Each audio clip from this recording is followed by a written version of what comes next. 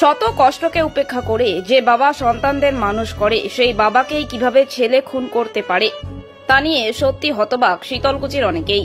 মৃত্যুর কয়েক ঘন্টার মধ্যেই রহস্যের উদ্ঘাটন।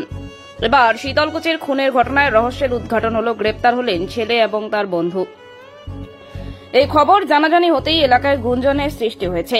এ কোন সমাজে আমরা বসবাস করছি যে সমাজে ছেলে বাবাকে খুন করে? নানা প্রশ্ন উঠছে। তবে ছেলে কেন খুন করলো, এর পেছনে কি কারণ রয়েছে জানুন আমাদের প্রতিবেদনে।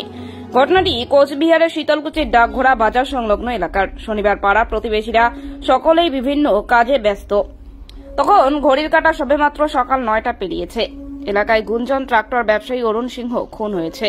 এই খবর জানাজানি হতেই বিভিন্ন জায়গার মানুষেরা সেই বাড়িতে ভিড় জমাচ্ছে। তবে অরুণ সিংয়ের কে এমন শত্রু রয়েছে যে তাকে খুন করতে পারে, তাও আবার বাড়ির ভেতরে, তা নিয়ে কৌতূহলের সৃষ্টি হয়েছিল, যদিও কেউ ঠাউর করতে পারছিল না কে করতে পারে। ঘটনার দিন মৃতদেহ উদ্ধারের পাশাপাশি বেশ কয়েকজনকে জিজ্ঞাসাবাদের জন্য আটক করে শীতলকুচি থানার পুলিশ। সেখানে ছেলে উত্তম সিংহও ছিল। জিজ্ঞাসাবাদের মধ্য দিয়ে অবশেষে অরুণ সিংয়ের ছেলে উত্তম সিং স্বীকার করে নেয় সে এবং তার বন্ধু আলম মিয়া এই ঘটনা ঘটিয়েছে। এই খবর প্রকাশ্যে আসতেই মানুষের মনে আতঙ্কের সৃষ্টি হয়েছে। তবে আমরা কোন সমাজে বসবাস করছি যে সমাজে ছেলে বাবাকে খুন করতে পারে? সত্যি হতবাক সকলে। তবে কেন খুন করলো সে উত্তর এখনো মেলেনি। সেই উত্তর প্রকাশ্যে এলেই আমাদের নিউজ চ্যানেলে সেই খবর আমরা সম্প্রচার করব। ততক্ষণে আপনারা আমাদের পেজে চোখ রাখুন এবং সমস্ত খবর পেতে আমাদের পেজটিকে ফলো করুন। ধন্যবাদ। একটা খবর এসেছিল, অরুণ সিং 55+ বয়স খুন হয়েছে এবং খবর পাওয়ার সঙ্গে সঙ্গে পুলিশ সেখানে, শীতলকুচি পুলিশের টিম সেখানে পৌঁছে যাওয়ার প্রাথমিক তদন্ত করে।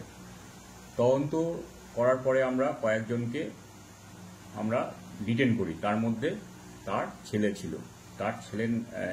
ছিল উত্তম সিং, 28 বছর বয়স।